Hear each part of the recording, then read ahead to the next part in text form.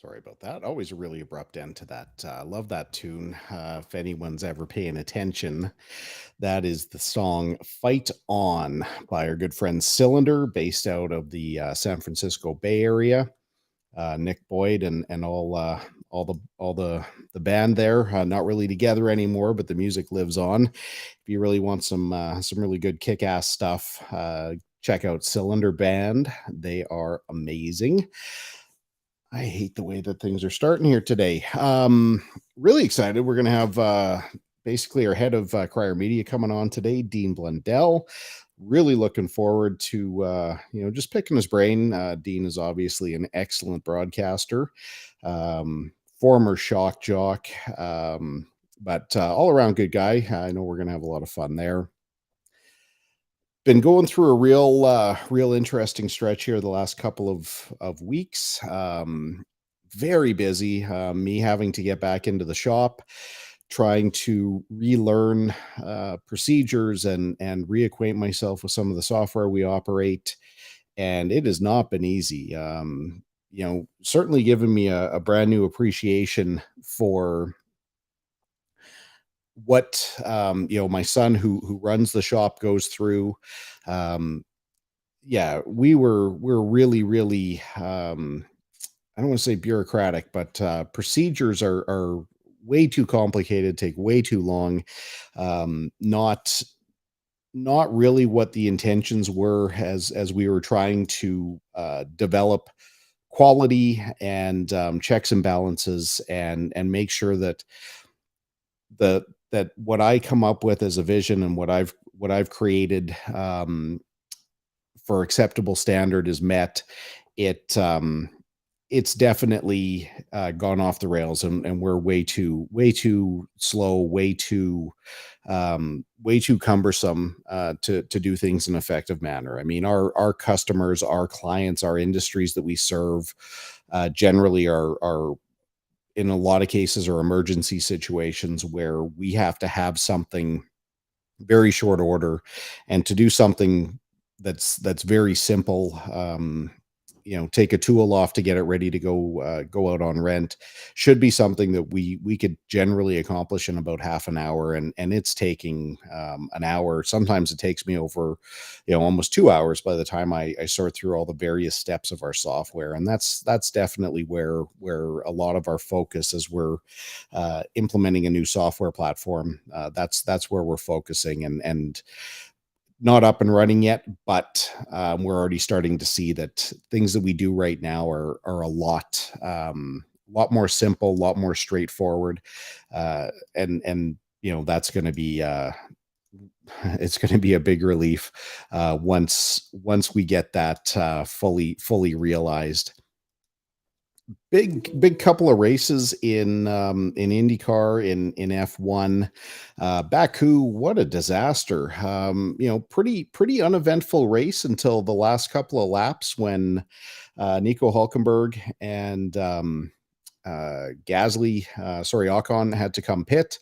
Um, Within 2 or 3 laps of the end, photographers had started amassing on pit road, and even in the fast lane, that the broadcasters were screaming that people are there. They weren't sure how they were going to manage once these cars started coming on pit road. And thankfully, at the very last second, the photographers became aware of what was going on, and whether people were yelling or what have you. A crisis was averted. See if I can find the picture that I've never really tried to do this live, but I do have a picture that shows what was happening. And yeah, I mean, it could have been so much worse with all these people on pit road here. Hold on.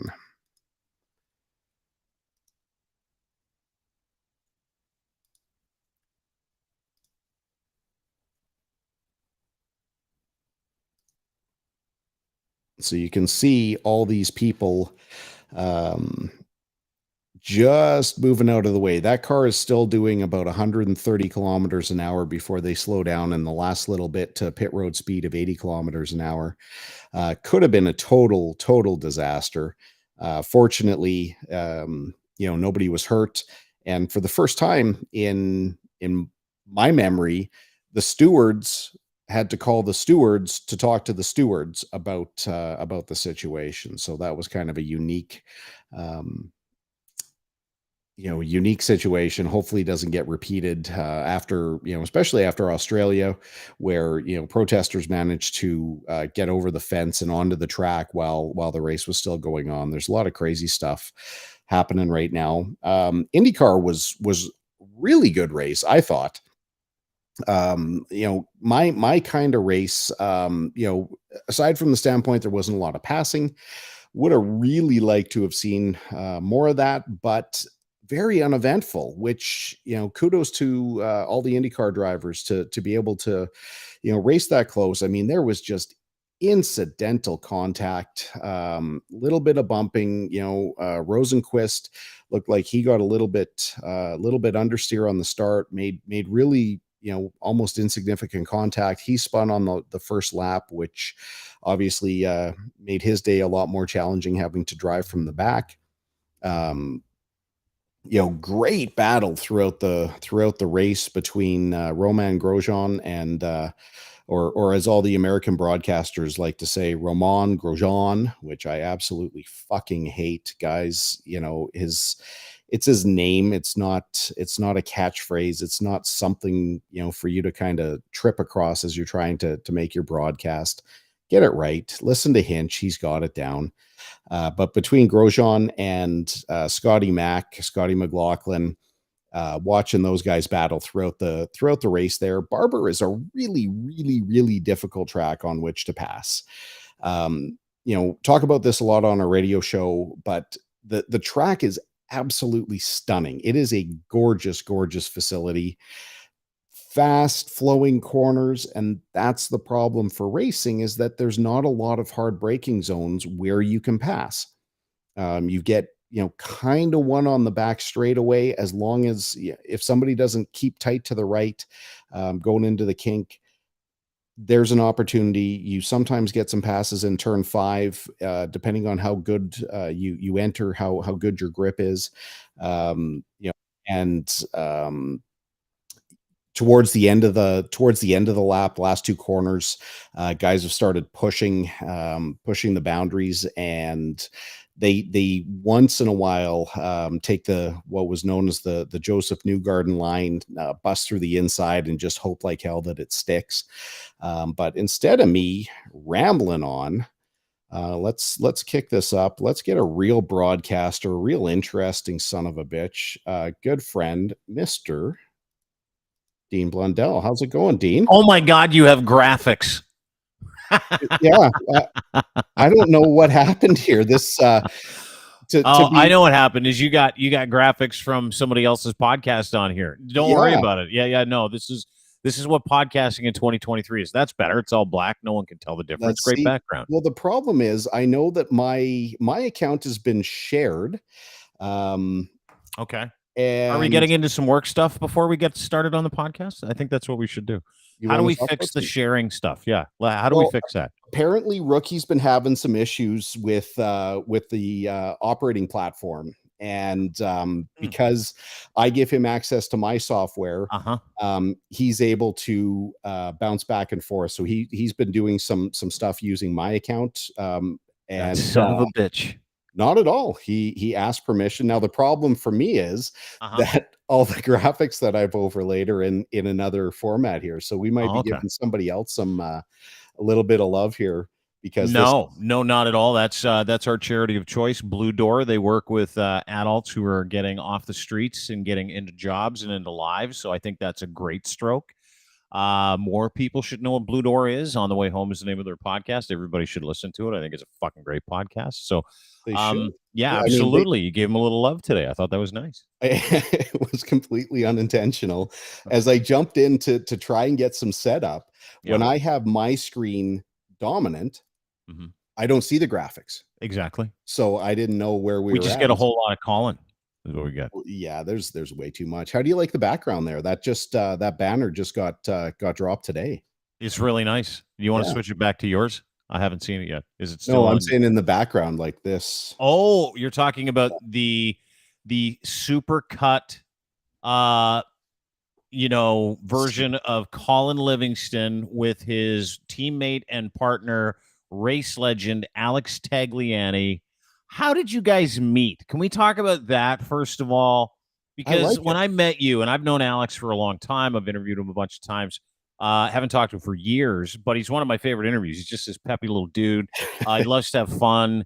He loves to wink and nudge, nudge. He and Carpentier, like anytime you interview both of those guys, two Canadian racing legends, I'm sure you've watched those two guys together. Oh yeah. It's a gong show. Those two guys have more fun than anybody else I've ever met. So how do you get mixed up with him? So I like that, instantly I had this whole game plan set up, and before we even start, I'm being interviewed on my I show. can't So help it. I love it because, fuck the structure. So the shortest version of a real long story is once like my girlfriend who became my wife, who's now my ex-wife, and just lovely, lovely person. We're still really, really good friends. Um, when we started dating, her parents, my future in-laws, were drag racers. So my father-in-law was an engine builder. My brother-in-law at the time, this little asshole junior high kid, he became a drag racer. He's became an engine builder, and just through association, I really got deeper into racing. I started watching it as a kid. Like a mental case, I would park my ass in front of a TV and watch the Indy 500 and the Daytona 500, the only two races that were on TV when I was a kid. Uh-huh. My parents, I don't have a relationship with my parents anymore, but I know they thought I was challenged. I know they thought I was mental for sitting there watching, essentially cars go round and round, but I loved it from the very first time I saw it. I got into karting. My brother-in-law and I shared a go-kart with the idea that, okay, we're going to go out. You run a race. I run a race. You run a race. That lasted exactly one night. Did you guys fight? Was there a fight? No, he was driving. I got to do a warm-up session. He got to drive, and we both looked at each other and said, no, we can't do this. We've got to get a second kart because there's no way we're going to be able to do half time. Like, let's do that. So, through the winter, even though I hadn't really done a race, I had only done that test session, and I could feel my neck and my body, and like I was a lump. Like, just while we're talking about that, who's this guy? Dean Blundell, fat guy. Yeah. that was those are my fat days. Those are my drinking days. That's when I Yeah, used yeah, to drink. yeah. You can't see Swollen. my I look swollen, don't I? you, compared to now. Hell yeah. You can't see my picture on the wall. I should probably try and pull it up, but I have a picture with me and Mr. Arnold Palmer. I've seen Fat Colin before. Well, Fat Colin's sitting in front of you right now. Somehow I put on 10 pounds, even though I've been working my fucking ass Oh, off that's all not Fat winter. Colin. The Colin I saw in the other pictures, that was Fat Colin. You know what this is right now? What we got going on? We got Spring Colin going on. Like, this Yeah. is Spring Dean. You got 10, 15 extra. But, dude, by the time you get in a car, you're going to be fine. Anyway, I didn't mean to Listen, interrupt you. No, Yeah, no, yeah, no. yeah. It's No, all go ahead. good. I mean, this is free form, and one of my favorites is Don't worry, nobody's listening anyway. so through that winter, I at the same time as I was getting into hands-on racing, we had the Edmonton Indy here for a number of years, and the first year the Indy was in town, I bought 4 tickets, and thought about, like, I invited a couple of my friends, mostly customers, but I thought I was like the biggest swinging dick in town for buying 4 tickets to the race. The next year I bought 10. The year after that, I bought 25. We hosted a karting night. But as I was getting more involved, I had started reaching out to the race promoter and said, like, what kind of opportunity is there for sponsorship? What kind of activation can there be when I get to the track? I just want to get a bit more access. And they said, well, actually, we're holding a sponsorship summit, blah, blah, blah, sometime in the spring. Come on out. So I went out and I said, like, the featured speaker is Alex Tagliani. I'm like, holy fucking shit. He was the featured speaker? Yep. So they had flown him in from, he was living in Vegas at the time. Yeah. flew him in, listened to him talk, like absolutely captivating. It was so cool. Like, I mean, I'd never met a race car driver before other than my family. And I was a legit fan of Alex's. Like, I loved watching, watching him race, watching him and Paul Tracy fight in San Jose, legit fan. I always cheered for the Canadians. And after the main part, there was a dinner. And as we were sitting in this, this part of Northland's agricom, kind of where the horses race, or used to, I'm just kind of hanging out with another dude, and the promoters I had met, they're like, "Have you gone over and talked to Tag yet?" I'm like, "No, I'm not going over to talk to him." Too nervous? I just didn't want to bug the guy, and I didn't want to, be a fanboy. Like, well, yeah. So you were nervous. You don't have to you just tell me. I didn't have a plan. I didn't know what I was going to say. I just I didn't just want to go and talk to the guy to say I talked to the guy. Like, that was kind of stupid. So, 2-0 Leafs, by the way. They're up 2-0 early. Just wanted to point that out because we're doing this podcast during the Leaf game, which also you should actually take that as a hint that I love you. Yeah, I didn't even know that hockey was still going on. Like, are you fucking serious, dude? You're in Edmonton. The Oilers are on fire right now. They're in the second round. Sorry to interrupt you in your Tagliani story. I just wanted to update everybody to say Leafs are up 2 already, early, 5 minutes in. If that was an Edmonton lead, we know that they're going to blow it, and eventually come back, even though they didn't last night. Right. Okay. Well, we'll come back to it. Ryan O'Reilly, Alex Kerfoot, the goal scorers. But anyway, continue. So you don't want to interrupt this guy because you're nervous, because you're starstruck. Yeah, essentially, yeah. I mean, I actually don't get that way. There's only been probably 2 or 3 people in my life that I've ever got, kind of close up to where it's like, holy fucking shit. One, and I don't know if you know this name. One was Rod Phillips, and I actually told the story the other day. Rod Phillips was the Oilers play-by-play guy forever. He's decades, an absolute legend.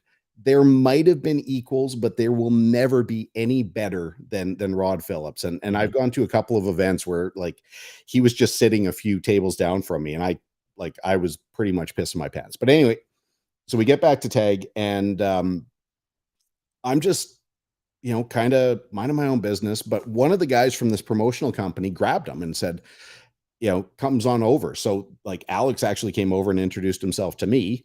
And, we started chatting a little bit. And, first thing I asked was about San Jose, where they got into a fight.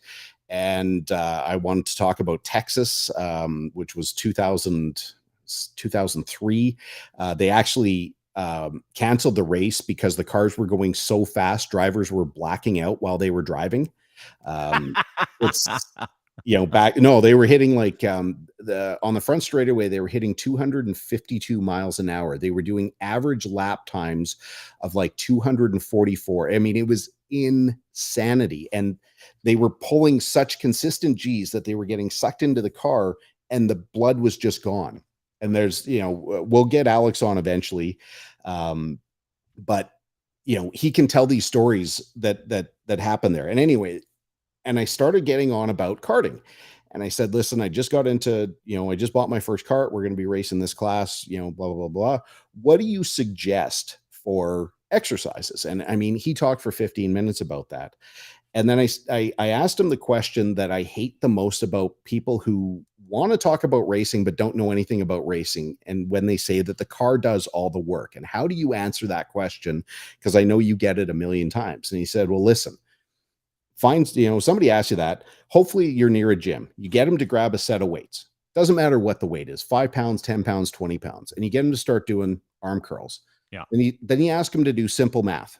2 + 2 is 4. Okay. 4 × 3 is, and as they're lifting, they're always going to slow down. Like, no, you don't get to slow down. You have to, because when you're racing and you have to make these decisions of like, do I pass? Do I wait? Do I dive? What's my car doing? Is it understeer, oversteer? Am I losing power here? Like, your mind is going a million miles an hour. You don't have that opportunity to go, because then you just crashed. Mm-hmm. And that's how it started. He asked me for my business card, which I gave him.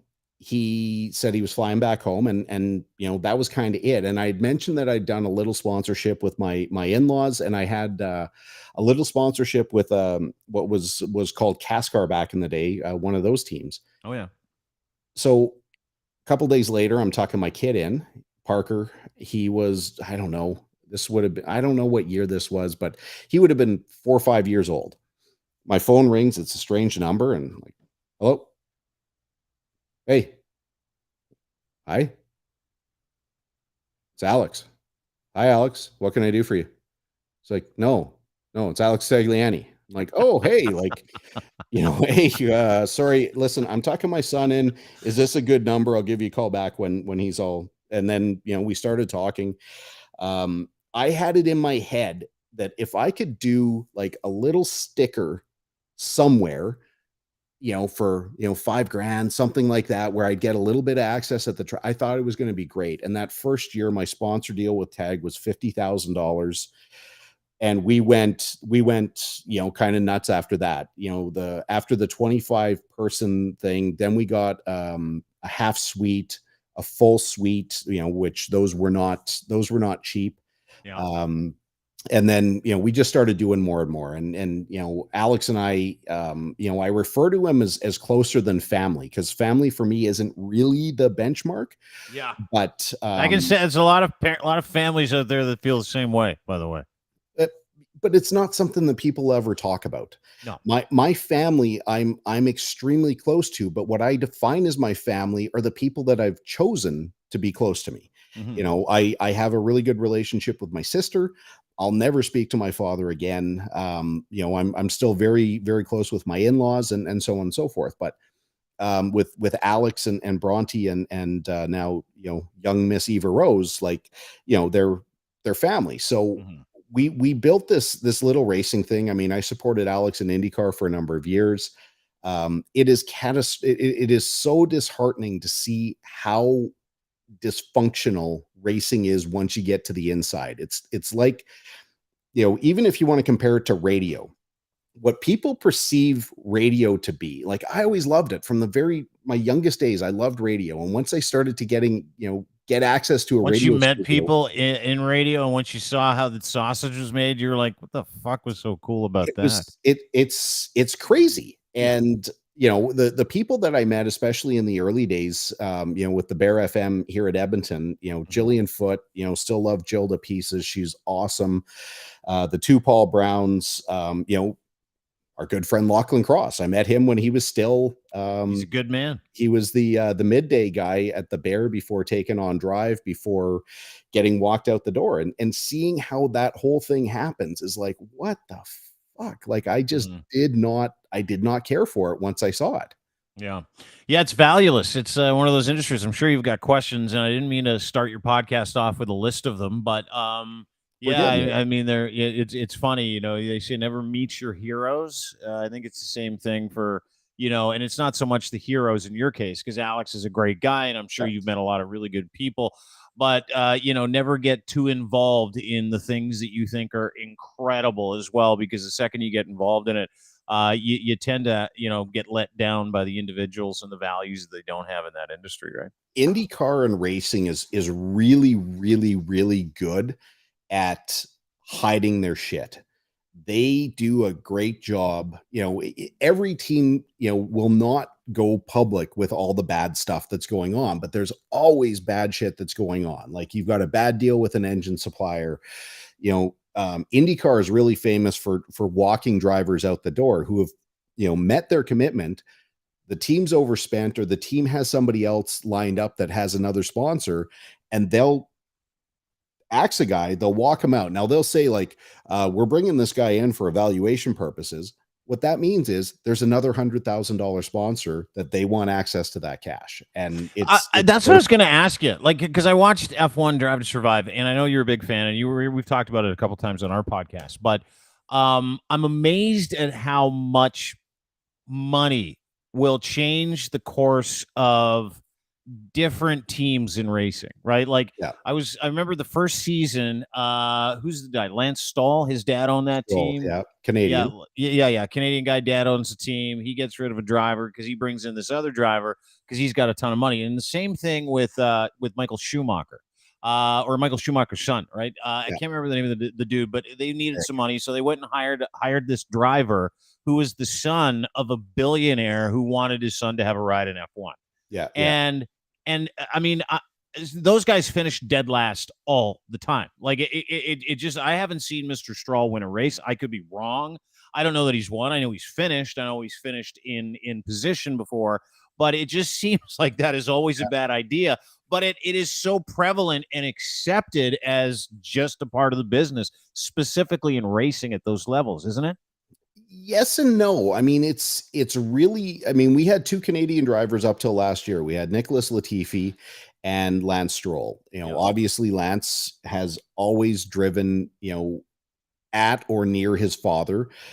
Father structures the team to benefit Lance. Now, while Lance has had a lot of opportunity, and I don't think he is ever going to be recognized as the world's greatest driver, make no mistake, he is one of the top, Drivers in the world. 1,000th of one. Like, you don't get to F1 because you paid your way there. That helps, but if you can't perform, you're not going to stay there, no matter how big the check is.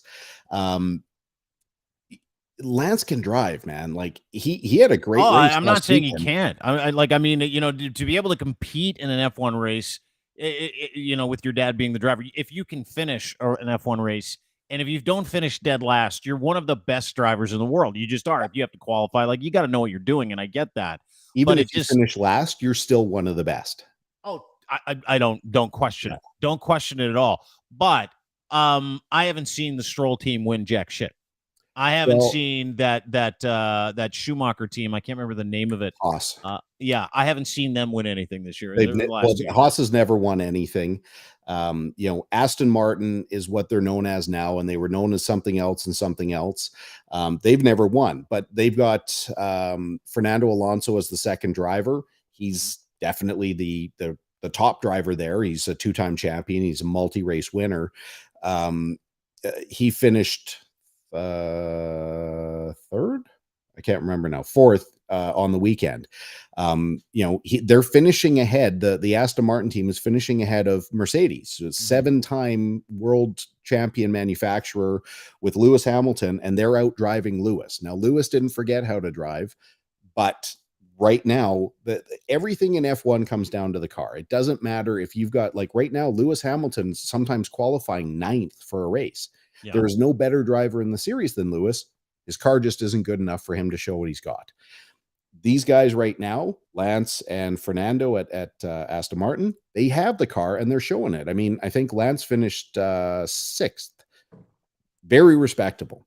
Oh, yeah. The billionaire that you were talking about is Nikita Mazepin. Yeah, because it's his kid that you see Maz as the first 3 letters at the bottom of every race. Yeah. And I mean, he was not so good. And then got replaced by Schumacher. And the crazy thing is, up until 2 years ago, these budgets were unlimited. Like there literally was no limit. And teams like Red Bull and Mercedes and Ferrari, I mean, they were spending $500, $600, $700 million a year. The budget cap now is $142 million. So, the team principal of Haas, the managing director, whatever you want to call him, Gunther Steiner, actually came out and said, listen, Mick is not back with the team because he racked up $2 million in crash damage. $2 million 2 years ago was a fart in a windstorm. It didn't matter at all. Crash all you want. We'll just make more parts. Like, it didn't matter. Now, that's a crazy amount of development that could be done on the car. They had to make a decision and they walked him out. But anyway, that's the F1. Fascinating. It's fascinating shit. We can always talk about that. You know what I'm a big fan of is Verstappen. I don't know why. I think it's because it was Lewis Hamilton's race every single week for like years and years and years. And last year he breaks through, and this year he dominated. And I love the principal. Who's the guy? He's married to the Spice Girl. What's his name? The guy who's in charge of the Spice team. Boy, Christian Horner. Christian Horner. Yeah, I think he's a badass too. I really like that guy. On this, we will have to disagree. I'm a big fan of the Spice Girl that he married. She was my favorite Spice Girl too. Jerry Hollowell. Yeah. Yeah, Without and that's question. fine. I have no problem with any of that. It's just Christian Horner and Helmut Marko, who's they call him a consultant. Every fucking word that comes out of their fucking mouth is inflammatory. Every fucking time. It doesn't matter if they win or if they lose. It's always a backhanded comment. Like, they never accept responsibility for what they do wrong, and they always take credit when they don't deserve it. Now, they've had a kick-ass year, and there's no denying that their car is the best car, and Verstappen is an excellent driver.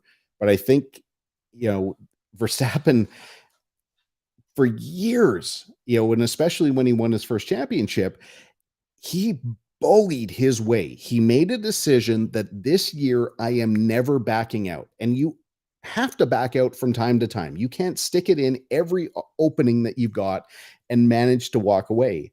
And him and Lewis made contact. He fenced Lewis like 2 or 3 times throughout his championship year. And every time, you've got to leave room. You've got to leave room. You've got to leave room, and never, ever accepted responsibility. This weekend, the same thing happened where he got a little bit of a nudge from George Russell. He's like, you have to leave room, and it's early in the race, and we've got to be smarter about our tires. It's like, shut up. You can't have it both ways, dude. Like, either, yeah, we're here for hardcore racing, or we got to give each other respect. You don't ask for respect and then give none. And that's where, I have to draw the line. That's okay. I'm not as into it as you are, so I just kind of watch it from a distance. So I haven't had time to like dissect how much I hate Christian Horner and how inflammatory he is. But I totally get it. Like, and I've seen it in Drive to Survive.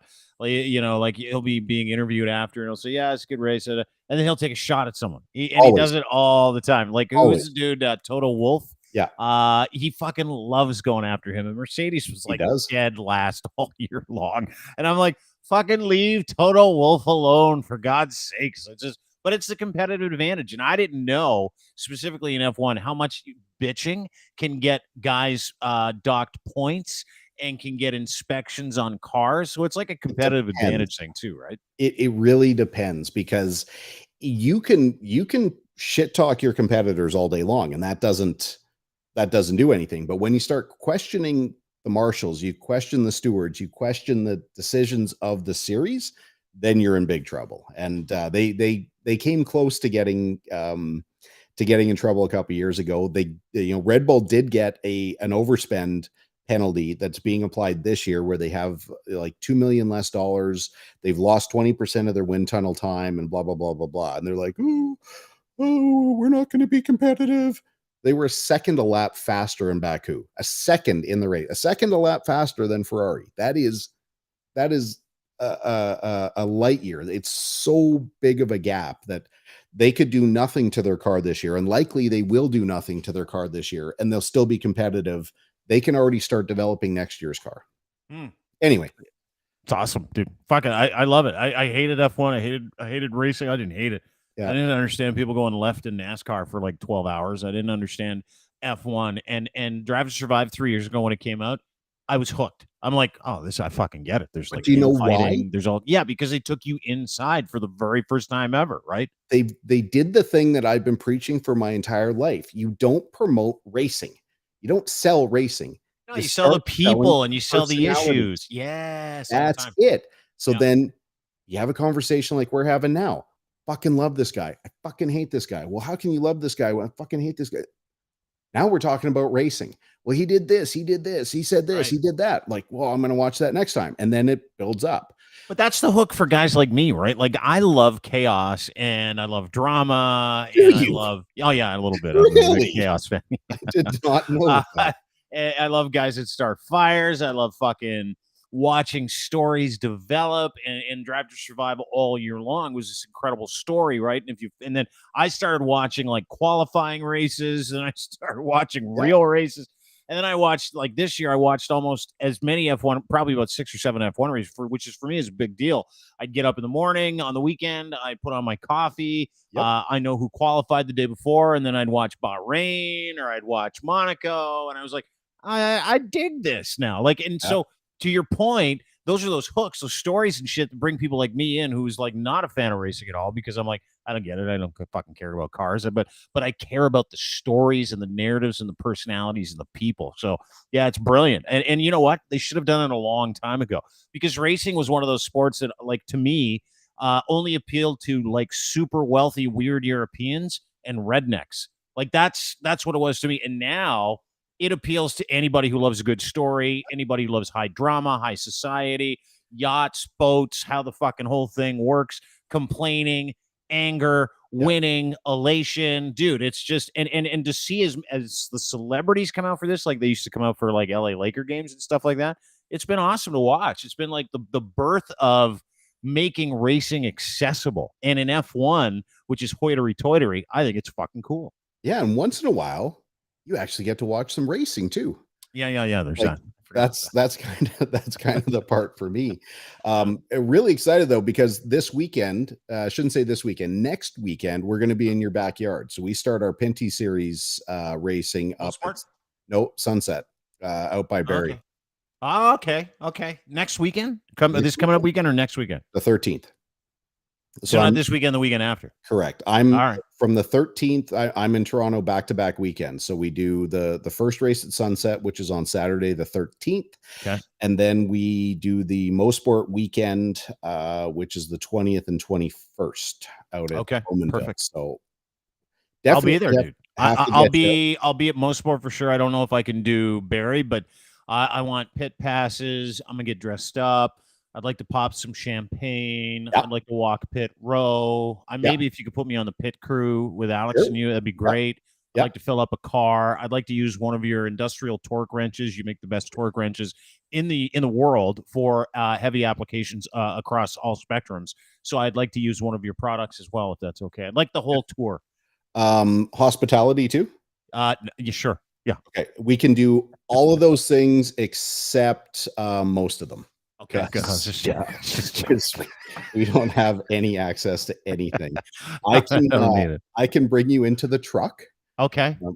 So it's funny because I always have to. Can I be the gas guy? The gas guy in pit? No, okay. It looks like that's an easy job. Can you lift 80 pounds and position it accurately under pressure? 50-50. Well, that puts you in the top half of our pickers. Yeah, I mean it looks easy, but it's not. Okay, I know. I'm just. Plus, you're going to be putting somebody out of work if you want to try that. No, I don't want to take anybody's job. Plus, I don't like manual labor, so that works for me. It only lasts It only lasts like 30 seconds, and you're done. Well, then that's a long pit stop. We're gonna have to work on that time.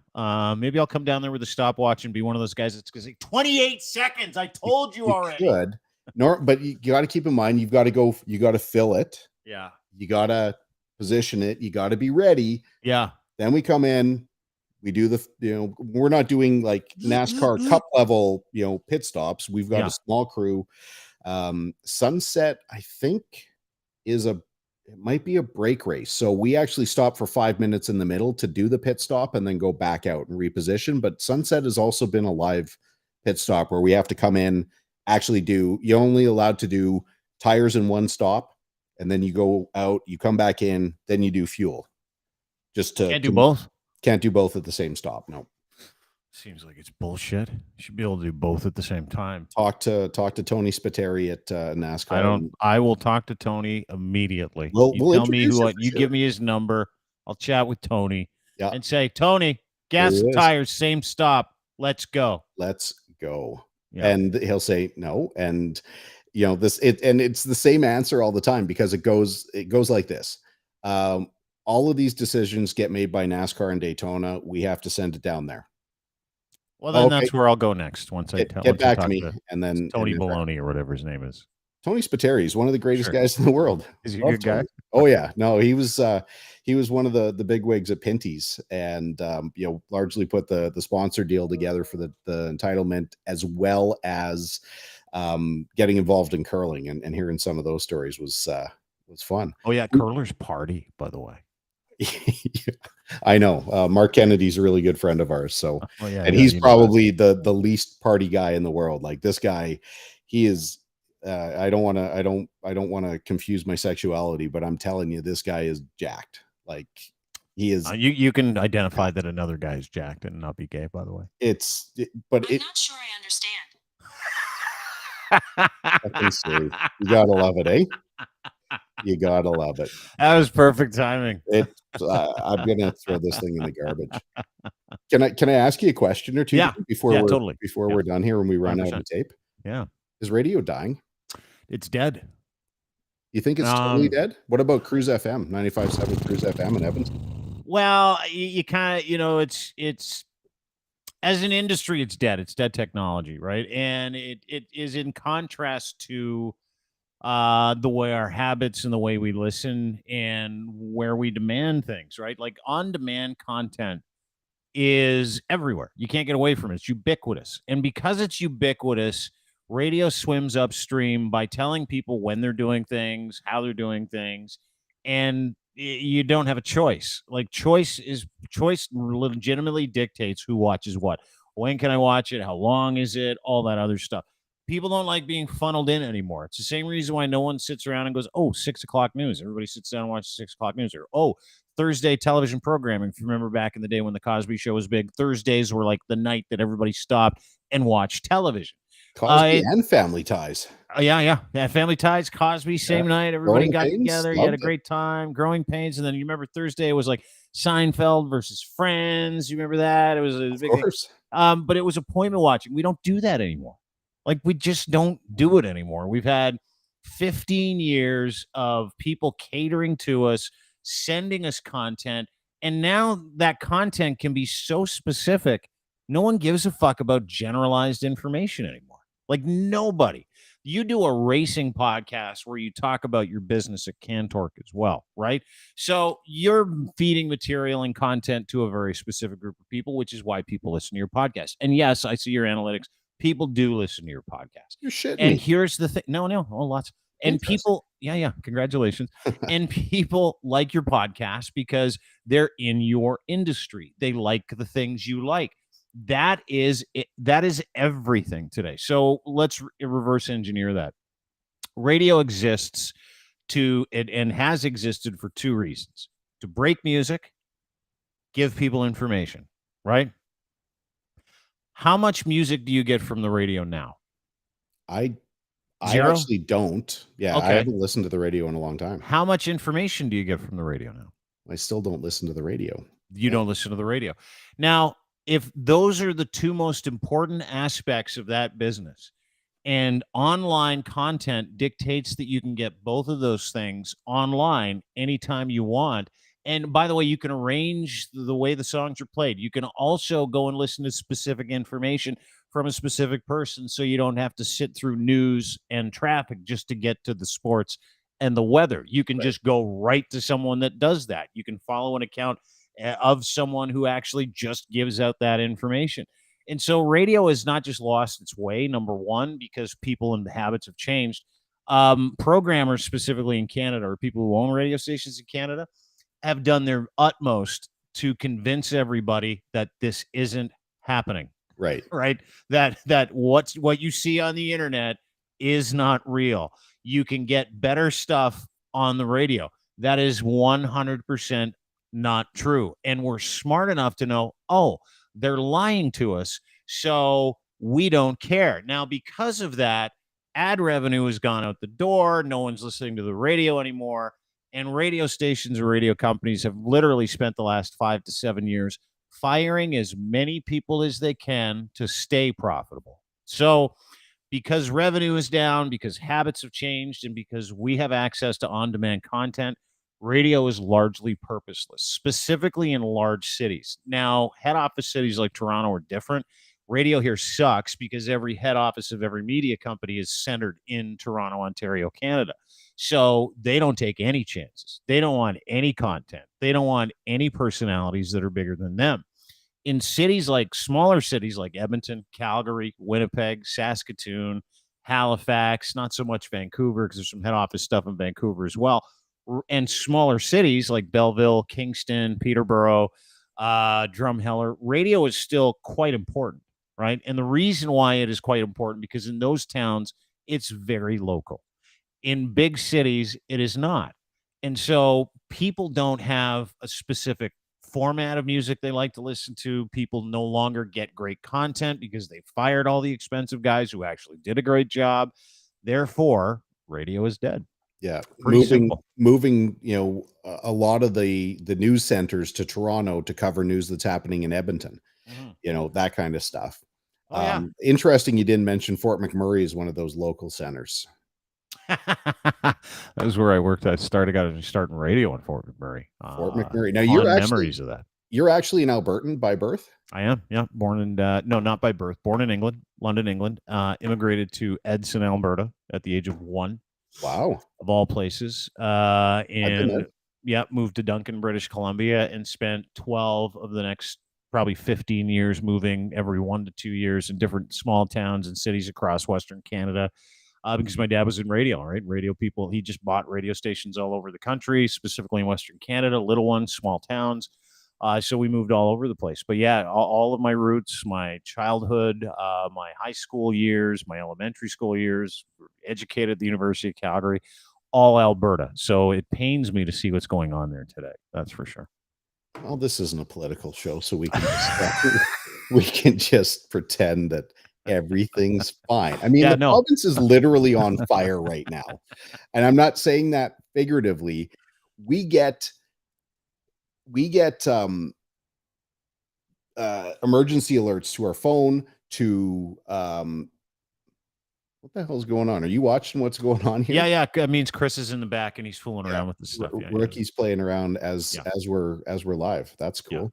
We're literally on fire. We've had, these brush fires. We haven't had rain in weeks, and everything is drier than a popcorn fart right now. And like Smoker throws the butt out, and all of a sudden we've got Anthony Henday Freeway shut down for 8 hours so that EFD can get out there and control it. It's nuts. Like literally we're on fire right now. So in Alberta, I didn't know that. I know it's hot because I was talking to Lachlan. He said it was like 34 degrees and 39 in Jimmy's apartment the other day. That's what it's just about 10 minutes to 6 right now, and it's still 30 degrees outside. You just got through like one of the coldest winters ever. You can appreciate 30 degrees in May, can't you? Well, the problem is we didn't get a lot of snow, so we don't have a lot of moisture. But okay, so we got that. Sad. No, I'll tell you this. Alberta gets a bad rap. There are some, and they get a bad rap from a few things. But my time in Alberta was spent with salt of the earth people. Like, it's one of those provinces, and if you've never lived out west, you don't understand Western sensibility. And you also don't understand Western hospitality. Out here, if you're on fire, people wouldn't piss on you to put it out. In Alberta, it doesn't matter the nature of your ideology. It doesn't matter where you're from. Everybody helps everybody. And I don't know what it is, but I miss the friendly confines of Western Canada because rural Canadians are unlike any other kind of Canadian. And take away ideology, take away political leanings and all that stuff. I think it's from like years of people helping each other farm, people helping bring cattle in, people helping each other stay alive in cold months. But I'm telling you, there are no bigger helpers, no better neighbors than the people of Alberta. And I mean that. I think there's great people everywhere, and there's not a bad region of Canada. I mean, I'm fortunate that I get to travel across the country.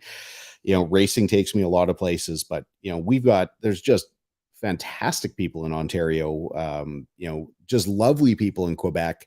It's the people who don't actually get to travel and don't get to see the other parts of the country that actually make the judgment on, where the hose needs to go when we give the country an enema. And it's unfair to judge that. I mean, I love it. I love Ontario. I'm not a big fan of Toronto's concrete structure of the downtown. I don't think it's all that pretty until you get down to the water, but pretty much everywhere else I dig. I'm not looking forward to the traffic either next Friday, but that's my cross to bear. Ontario. No. Ontario's a great province. Don't get me wrong.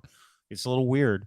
But from someone that's lived in Western Canada for 20 years and someone who's lived out here for 25, 30 years, Alberta's a much friendlier province. People here are in such a fucking hurry. And you know that from being out here, right? It's Oh, yeah. massive. The sprawl is incredible. Getting anywhere is really difficult 3-4 times a day, depending on where you have to go.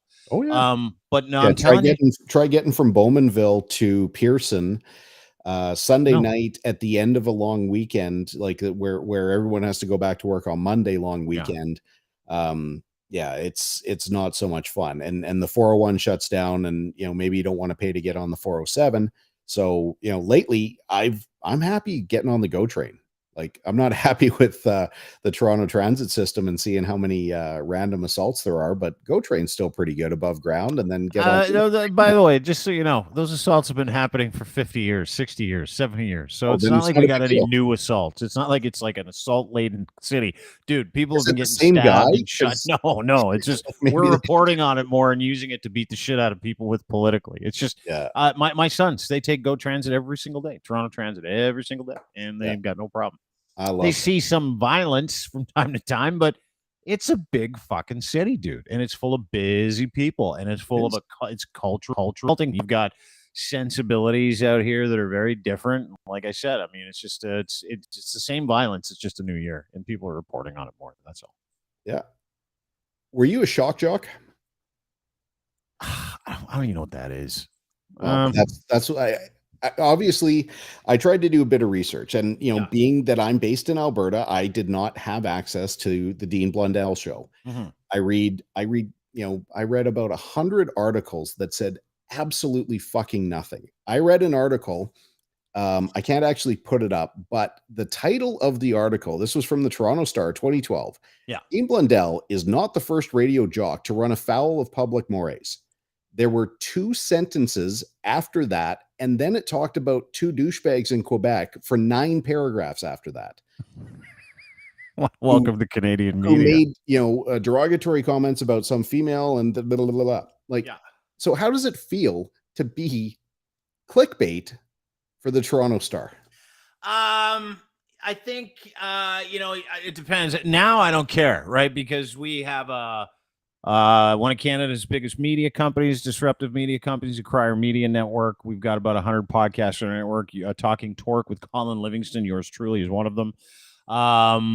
We have an announcement to make as to one of the hires that we just brought on in the next couple of weeks.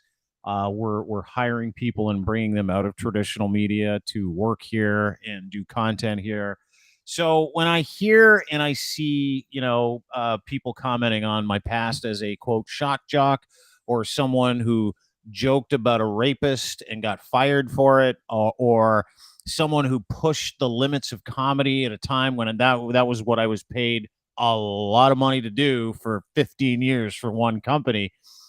People look at what I did for years as it was a mistake, because we were very granular in how we, approached salty content. We didn't have a problem calling people names. We didn't have a problem going after people. We didn't have a problem being risque, talking about sex, calling people douchebags. We didn't have a problem doing darker, saltier material. It's just there was a market for it. No one was doing it. We did it, and we were the best at it, and probably the best that anybody's ever been at doing that kind of radio in this country. So I'm really proud of the time that I had in radio, specifically when I was at the Edge.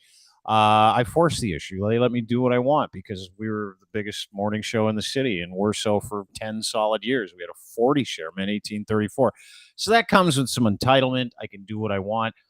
But the bottom line is that, when I got fired for talking about a gay rapist who is a long story, who, sexually assaulted 4 guys in a bathhouse over the course of one weekend, because our jury foreman was on the jury. Our producer is the jury foreman on the trial. He came back in and talked about it. It was really the start. And I don't know if people know this, but it was really the start of cancellation. Like I kind of was patient zero for anybody who had done or said anything in the name of comedy or entertainment in that old stock where you used to be able to poke fun, take shots at all kinds of people because you had the reputational quality of doing a good job of it. and the world changed overnight. It was wild. It was crazy because in our assessment of the content that originally got us all fired, the assessment was a guy who sexually assaults people over the course of a weekend, and is guilty of it and going to jail for it is probably going to get his just desserts in prison, because we all know how prison justice works. And that was my comment. But doesn't matter. What happened is it was a campaign of the Toronto Star coming after me because the two writers that were commissioned to do the story were friends with the lawyer who lost the case. Her name was Catherine Wells. She's a judge now. I've told the story several times. I know she's aware of it, but she never says a word. She never comes after me.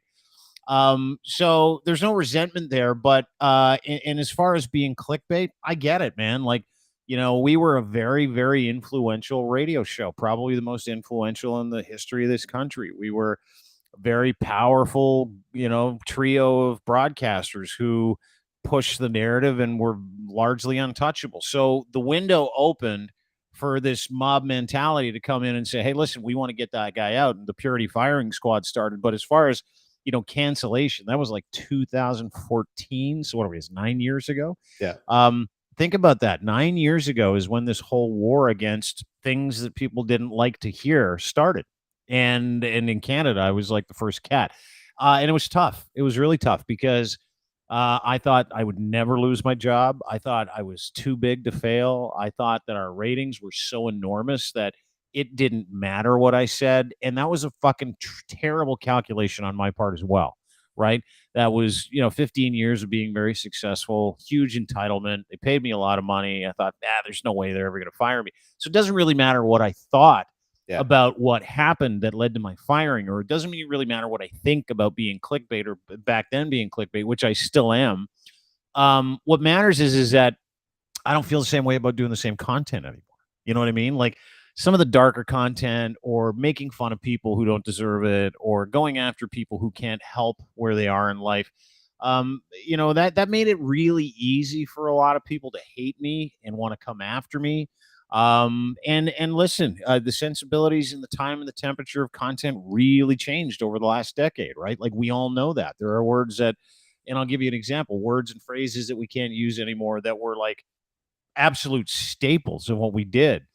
And I remember at one time, and I did like a 20-minute break on the radio because I got a complaint from someone who said, I'm tired of using the word retard, and I'm tired of you calling things you don't like gay.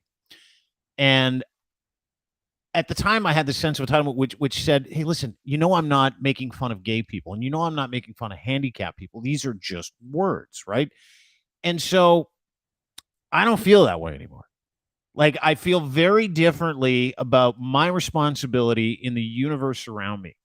I feel like it's incumbent upon me not to make other people's lives who are just trying to live their lives miserable. Right. You know what I mean? I feel like, if I can avoid certain language, certain things, if I can avoid making someone in their car listening to a podcast feel like absolute shit just for trying to live their life, I should probably do that. And there's a lot of other content out there. So, but that's was I a shock jock back then in terms of what that means? I guess. But, am I clickbait today? Maybe for what I did back then, sure. But, we've been doing Crier Media for 5 years. We've done hundreds of podcasts, hundreds. And I think the proof is in the pudding that, we're just entertainers and that's all I am. And I'm just here to do a job like everybody else is. But that's the difference between like insecure humor, where you've got to try and capitalize on a mob mentality, and a joke, like a really clever, well-structured, properly timed joke, within, Sarah Silverman, love that broad to pieces. She can joke about anything at any time and get away with it. Chris Rock gets away with almost everything because it's thoughtful. It's not hateful. It's not, it's not capitalistic. I'm a big fan, and I study a lot of comedy. I can watch anything from, Red Skelton to Mitch Hedberg, and I can watch Mitch Hedberg all day long because it's so funny. Just the stupidest of the stupid of the stupid. Escalators can never break down. They can just become stairs. we're sorry for the convenience. I love that kind of stuff, especially Mhm. with his delivery. I love his Bigfoot joke. Maybe Bigfoot's just blurry. Yeah, and that's even more scary because there's a blurry monster that's running around out there. Yeah. I saw a thing the other day, which was awesome because it was a comparison between him and Jeffrey Wright. And it was just one back and it's a clip that's on YouTube of just them going back and forth, not at the same venue, just clip after clip after clip. And I was almost late for work because I couldn't stop watching. Yeah. Anyway, I saw a great one the other day. Classic. I Yeah. actually sent it to my son because I'm kind of known for dad jokes. And there was one I sent it to my girlfriend and I sent it to my son. And it's just a picture. It says, "Do you want to hear a bad dad joke?" And then it says, "Your dad's dead." And then it says, "Just kidding." And to me, that's as good as it gets.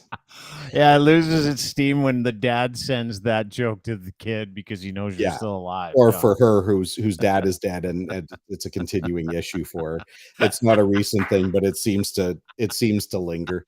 Yeah, That's those are great. tough jokes to stay away from, right? The dead You, dad jokes. You never know whose dad is dead. you just have to keep hammering away. It goes up there with the shirt I'm going to have made. I saw the best picture. It says, "People say I'm condescending." And then in parentheses underneath, it says, "That means I talk down to people." Yeah, I might The get old that man tattooed. splaining on the shirt. I love Yeah. it. Yeah. Who's the coolest person you've met? Other than Colin Livingston, Obviously. I'm gonna coolest person I met. That's a tough one, man. Coolest person I've interviewed. There's a few. It's a short list. And guys I've actually become friends with: Kevin Smith, actor, director Kevin Smith, Mallrats, Jay and Silent Bob, Clerks. Might be the nicest human being you'll ever meet.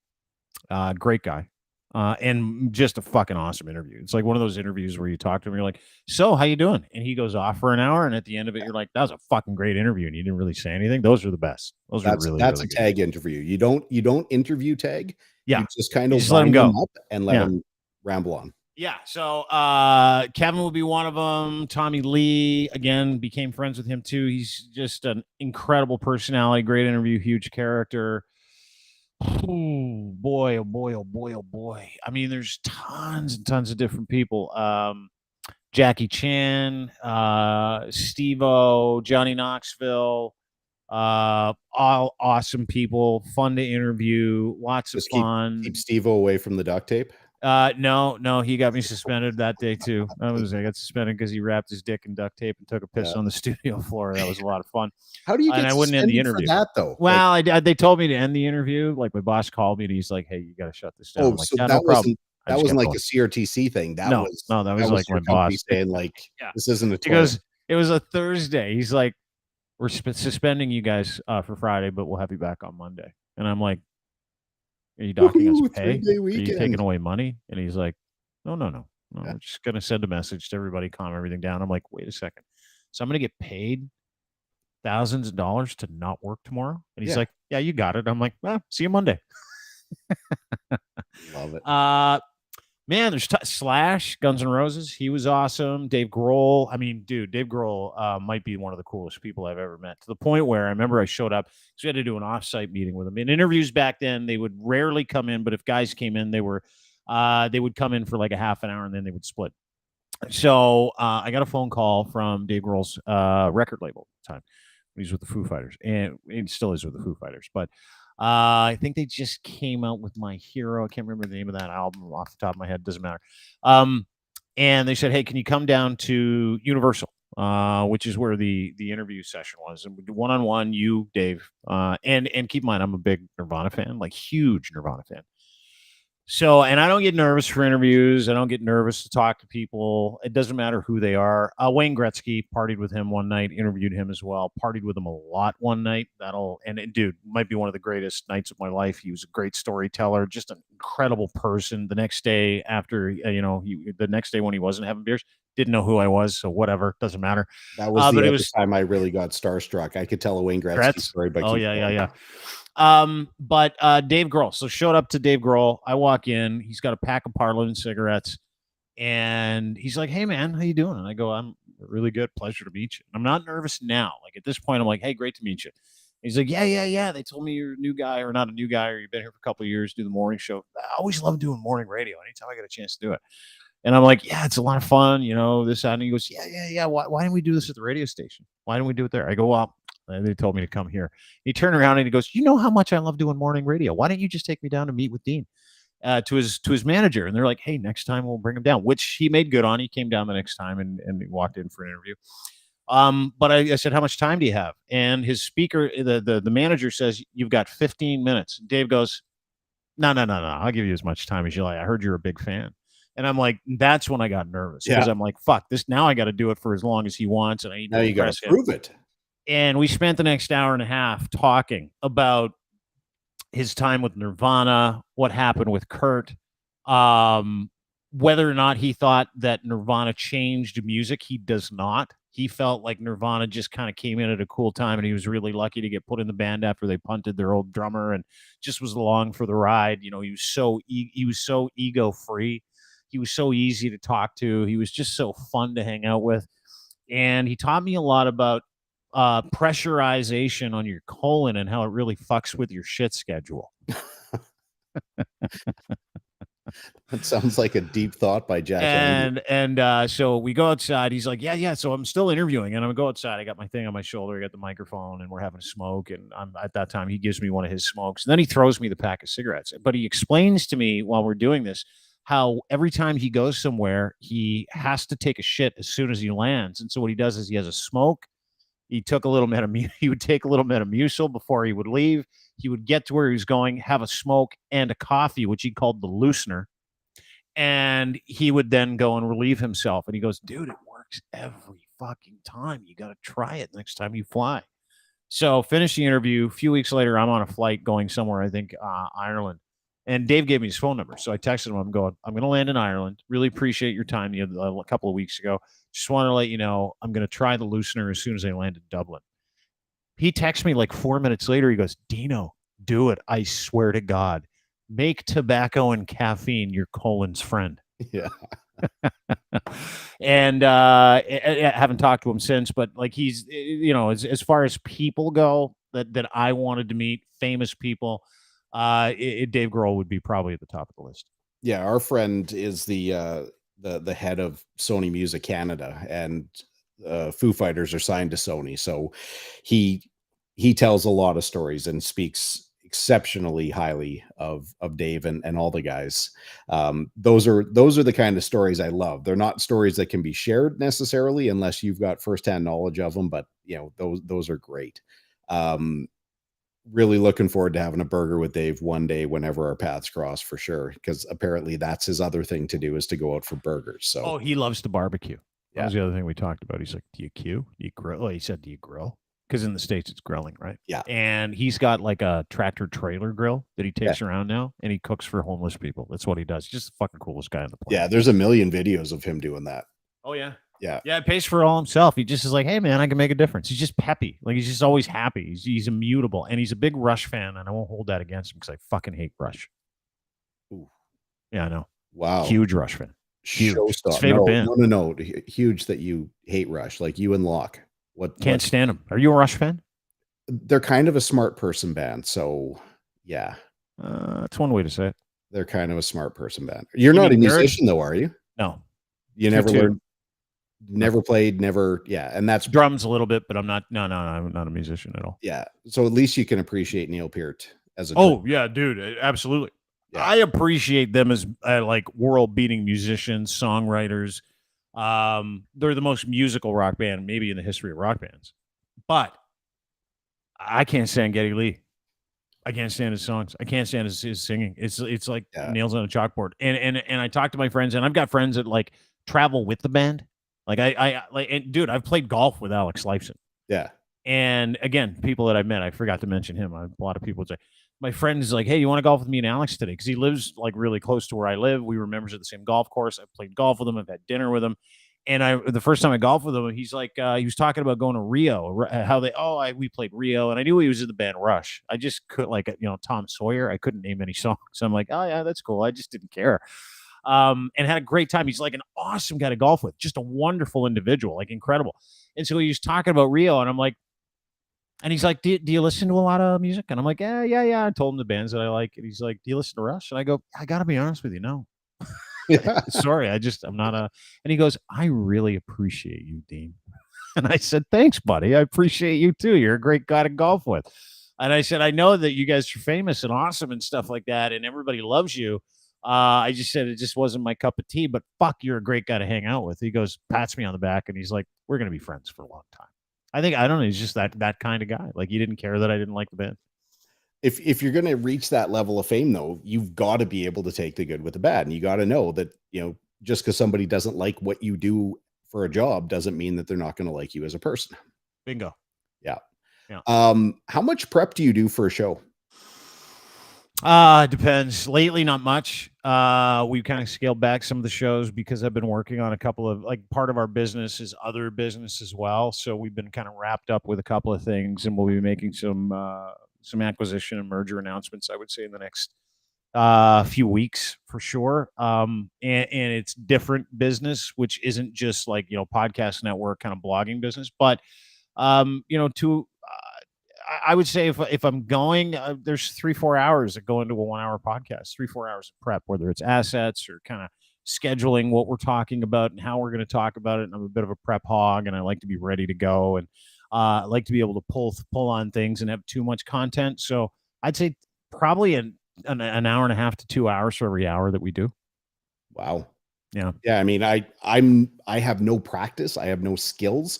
I have no idea what I'm doing the majority of the time. And I'll probably do 8, 10, 12 of just looking at shit, trying to figure out what looks interesting. The tough thing, though, and why this medium is so important, is trying to look up, if you want to really find out what I'm talking about, go look up any NASCAR Pinty Series driver. These guys, they're racing on TSN every second week. Try and find a story on somebody, other than, Andrew Ranger, Alex Tagliani, or, Kevin Lacroix, these famous guys, whether they win championships. Try and find out their backstory. Try and find out what's going on. I know a lot of what, these guys are like, because I get to hang out with them. We talk, and, we become friends, but trying to find their story and have somebody to tell the story of what's going on behind the scenes. This is where it's perfect. It's shocking to me, though. I'm going to change my line of thought. I was going to finish that sentence that was going to get me suspended, and I'm not willing to start my year suspended, but there's a lot of content that we're doing that could be utilized by a lot of the racing entities that are out there, and they don't even share it. They don't seem to have any interest in helping drivers promote their story, which is really, really surprising to me. Yeah, especially in Canada, right? Like, I know TSN.ca and the TSN app, they cover the NASCAR Pinty Series live, and you can get races on TSN and RDS. I know they're tape delayed, Yep. but they're just covering races. And listen, I'm going to invest in time because I've really gotten into racing, and to support this Canadian series. And I'm looking at your schedule right now. Dude, it's incredible content. Like, to bring cameras in behind the scenes and to do what they're doing in F1. It doesn't take a lot of work, and to be able to sell the personalities. And the personalities in that series are big time players, like Alex Tagliani, and a couple of other guys in that series. They're for real. Like, they're legendary cats, right? And I know you've got a bunch of different guys. Legendary. What's that? Alex is legendary because he had a big career in IndyCar. Yeah. Andrew Ranger had a kart career, but get to meet a guy like Larry Jackson, who, unless you're in Ontario, nobody knows who the hell Larry is. He's like legitimately one of the nicest human beings on the planet.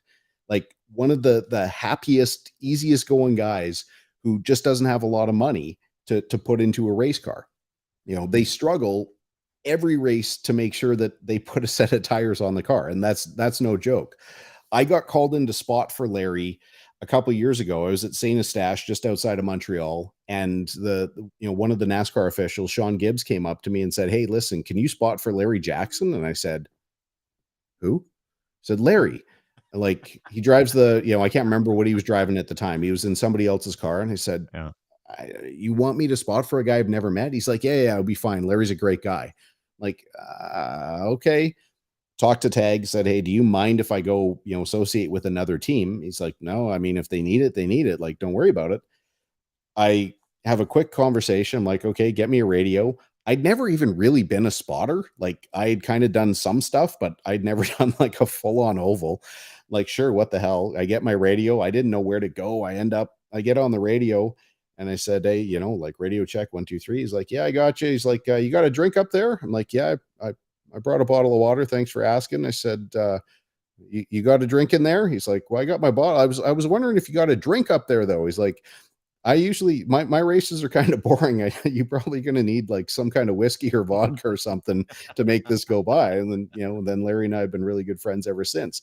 These are the kinds of guys that they need their story told. They need to get a little bit of coverage out there because they're super interesting. And every single driver in that series, whether they do one race or they do the whole thing, we're going to be in 5 provinces this year. We race in Alberta, Saskatchewan, obviously Ontario, Quebec, and then Newfoundland. Like, we're crossing this country, and pretty cool that we get to meet a whole bunch of people along the way. But if you can make it out next Saturday and see an oval race, man, it'll blow your hat off.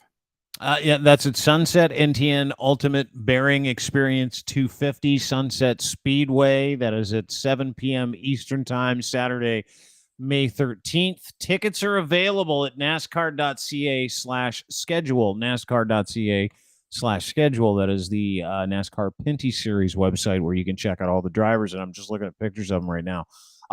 These guys do not. These guys look like they put everything they have into it. Like regular individuals that are racing because they love the sport, and they're just fucking beauties. Like, I'm looking at Raphael Lessard, Brandon Watson, DJ Kennington, Alex Tagliani, Trayton Lapsvich, Kyle Steckley, who's on the front page of the Pinty's NASCAR series. These guys don't look like they're playing a role. It looks like they love it so much. And dude, there's a female racing this for Busch Racing, Chantel Kalika, I believe. Is that not? Is that? Yeah, she's from Saskatoon. Yeah. Yeah, she does the Western races. Wow. Yeah. Dude, this is awesome. Are all these guys Canadian? Do you have to be Canadian to be in the series? No.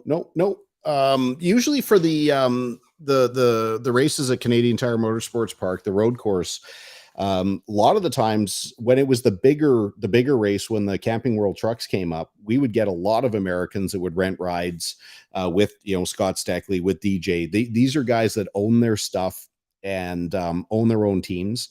But they would put, guys that are, some of the bigger names in NASCAR right now have driven in the Canadian Tire, what was the Canadian Tire Series, or the Pinty Series, because the competition is so good, especially on road courses. Like, they can run oval races anywhere across the US. That's easy to find, but finding really good road course racers, they come up here to cut their teeth. And yeah, now I'm drawing a blank as to half the names that have driven, but Tyler Reddick is probably the biggest guy right now that he came up and did the truck race. And geez, why am I drawing a blank? Anyway, doesn't matter. Lots of guys have come through. Kaz Gralla, he's a big guy in the Xfinity series now. Anyway, yeah, whatever races you can get out, yeah, you'll at Mosport, we can show you a pretty good time.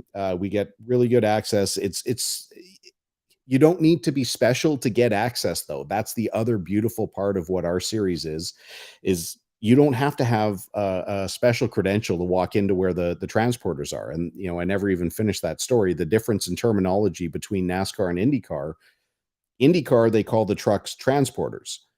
In NASCAR, we call them haulers. And you have to be careful. If you call a transporter a hauler or a hauler a transporter, you get a lot of crazy looks. But you come out to any race, you'll get to meet the drivers. Every session, every race has an autograph session where it's not a really big line. You can meet any of these guys, whether it's DJ or Alex LeBay, when he comes up to race with us, any of these guys at all. Alex Gannett, another great guy. We share, he races go-karts with us on our CRG side of things. He was the winner at GP3R last year. Just awesome guys. So we'll get you hooked. Once you get to meet a couple of these guys, though, I think you'll be back. Dude, I'm excited. I'm excited. And more importantly, I really appreciate you inviting me on your show today. Not only to talk racing, but to shoot the shit about life and past experiences and to get to know you. You do a great job, and this whole podcast shit is not for everybody. But you've been one of the very few people that's been able to make a cool transition. And as far as partnering with you and Cantork over at crier.co, we're really grateful for your partnership. And dude, you're one of us. Like you love what you do. You love bringing that to people. We hope we can show people the inside world of the NASCAR Pinty Series with you, and we're really excited to have you part of the network, brother. Yeah, I appreciate it. One of these days, we got to get the golfing thing going on here because I need to show you more than just snapped clubs. Yeah. I heard you like to lose it. I wouldn't mind actually I coming don't to see you. like it. Sometimes you just need to, sometimes you just need your round to end, and it's too rude to just walk off. So you just have to, break every club in your bag, except the putter. The putter doesn't get touched. Do you have to? You have to break every club in your bag. That's one of my all-time favorite pictures, by the way. I've only done it once. I actually went a couple years without breaking a club. My average was probably about every 20 rounds to break a club. Just, you can't outgrow your DNA, and I've got some really questionable programming. I work hard to try and limit that, but whatever. I also accept who I am. That was probably one of the most satisfying moments of my life, though, honestly. When you went through club by club and snapped them? One after the other after the other. I broke so many clubs on my right knee, I had to switch to my left. And then I went back and I finished the job on my right knee. And every club was in half. And so this is Amanda. You haven't met Amanda yet. Yeah. So I don't know. You can see a whole lot from Hi, her. Amanda. Hi, She's Amanda. I don't know if she's still listening or not, but she was in my cart. We're playing at my club, my private course, Blackhawk here in Edmonton, which you absolutely have to come out in the summer so we can get out sure. there. And it's only 12 minutes from where I live. But I had to what I'm still listening. No, go ahead. You had yours go. I have to know why things work. Mm-hmm. I have to know why things don't work. It's what makes this business work. It's what makes everything in my life work. Mm-hmm. And when I've got a golf swing that feels okay and turns into such a shit sandwich, like where I'm folding the sod over 3 inches behind the ball, I'm pull hooking and it feels good, my head doesn't compute. I can't figure out if I make a bad swing. That doesn't upset me. I just know I made a bad swing. But when I'm making what feels like a good swing and bad things are happening, I just go cuckoo bananas. And that was the day where it's like, I just can't keep going because whatever I'm doing, I can't figure it out. And whatever I'm doing, it's not going to get better. And I don't want to be out here like a monkey. So I had one of my sponsored cart drivers, Matthew Taskin, and my sales guy, Perry. They were in one cart, and then Mandy was with me.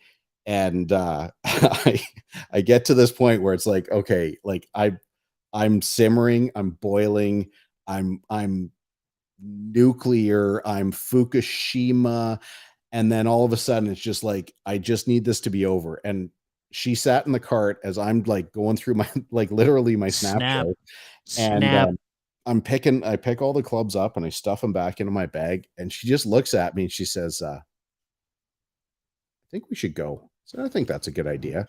Like, you don't want to finish the round? She's like, no, I'm good. I'm all right. And we went back, I, got the car, we loaded everything up, we drove away. And, as soon as we were in the car, it's like, what just happened? I'm like, I don't know. I was having a bad day. Like, let's go for chicken. She's like, you're okay now? I'm like, yeah, I think I'm going to have a drink when I get home. But yeah, no, I'm fine. As long as that round of golf is over, I'm good. I didn't touch my clubs again. Well, I took them a while to get rebuilt. Fortunately, I have like 3 sets. Yeah. I didn't touch a club again on a golf course for like 5 weeks. I went out, and the first thing that happened is like, oh, I looked at my grip and my grip was wrong. I was I had my clubs in my fingers instead of using my hands. Mhm. And I figured out that my arm was doing this chicken wing thing. It felt normal, and then all of a sudden I realized what I was doing.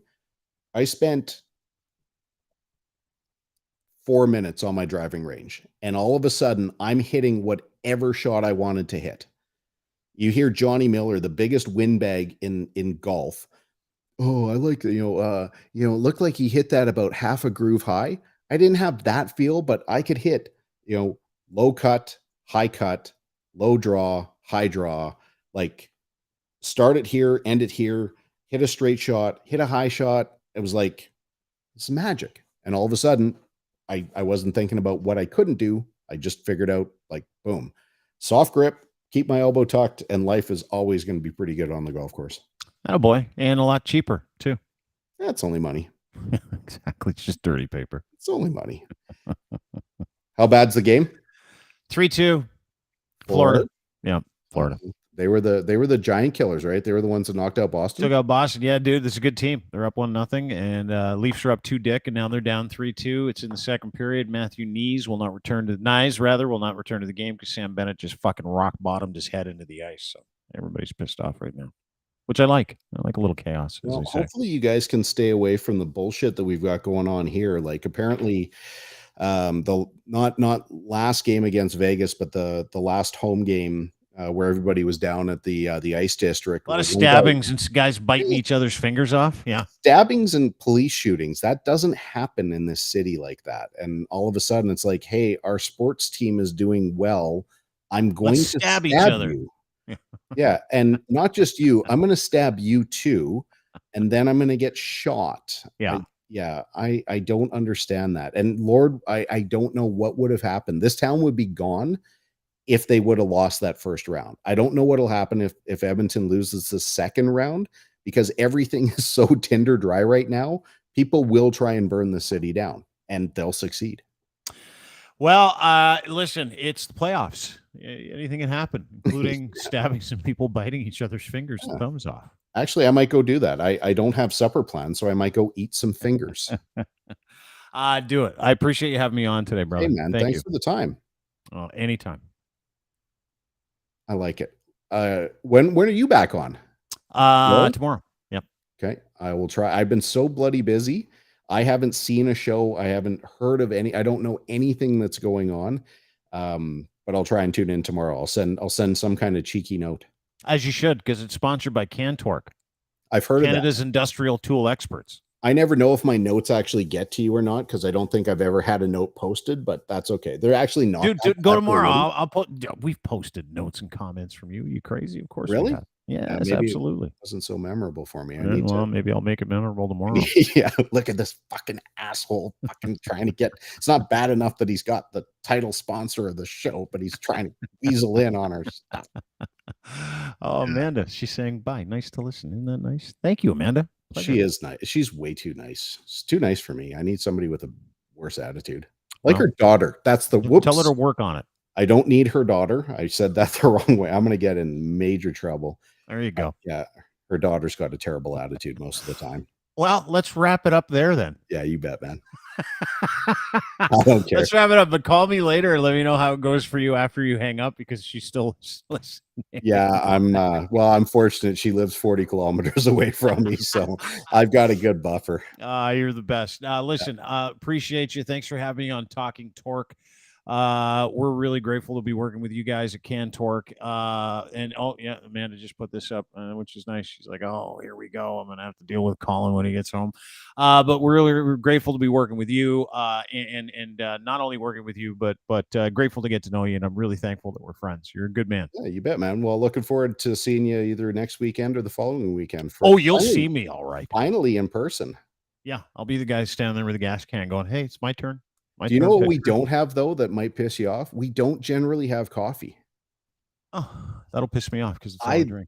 I love coffee. Like, I drink to the problem I have, like, high blood pressure because of my coffee. But in our pit, don't count on coffee. So bring like a thermos. All right, buddy. I will. Hey, man. Enjoy the game. We'll talk soon. We'll talk to you soon. Thanks so much for having me. Thanks, Dean. And like that, he's gone. That was awesome. Such a good guy. Such a, such a Canadian legend as far as broadcasting goes. That's an hour and a half. I've had enough. I'm going to go home. Thanks for watching. Thanks, Mandy, for listening. And we'll talk to you next week.